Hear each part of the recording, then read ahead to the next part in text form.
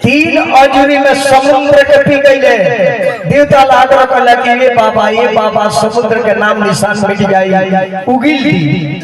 तब पी गई बड़े एक बाल्टी रो के पानी पिया दे कह जाए है सब फेंकी तो फेंके।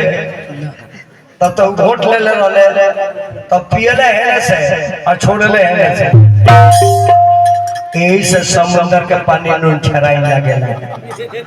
गड़ही के पानी पी ले, पोखरा के पानी पी ले, लेकिन पानी ना पिए काहे के नल जल योजना से आइल बा।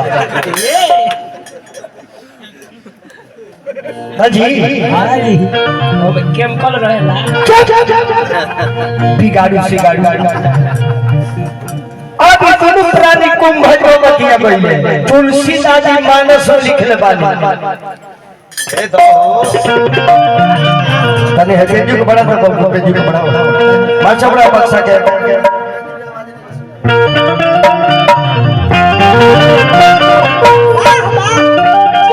एक बार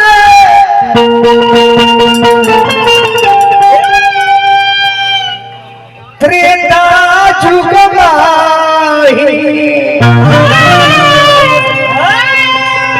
असंभु गए कुंभजर संग सती जग जननी भवानी अपूज ऋषि अखिलेश्वर। महादेव सती जब गए कुंभज बाबा के आश्रम में तब कुंभज बाबा खड़ा के अभिवादन कैले। महादेव और सती के नमन कैले। सती और महादेव के जब प्रणाम कुंभज बाबा करत खड़ा होके म्यूट कर तो सती के मन में बीमारी ढुक गई।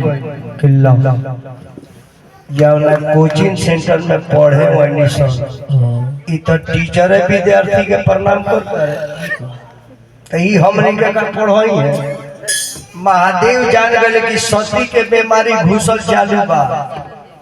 ईश्वर पर उंगली उठावल यही मरने का कारण है। बाबा बैठौनी आश्रम में कहने कि हे महादेव हे माता सती ध्यान पूर्वक सुनल जाओ कि भगवान त्रेता में आई तक कौन कौन लीला करे। महादेव ध्यान लगा के सुनने लगे। सती सुनने लगे।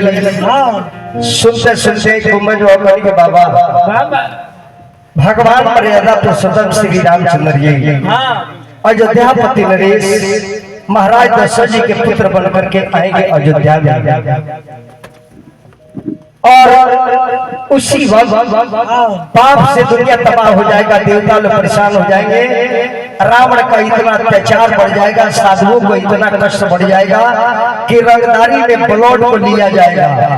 और उस ब्लड की वजह से उस पाप के घड़ा के भरने से जानकी का अवतार होगा। राम जन्म लेंगे अयोध्या में। पता चलेगा बाबा विश्वामित्र को राम को बुला करके ले जाएंगे, तारुका का वध कराएंगे। सुबाहु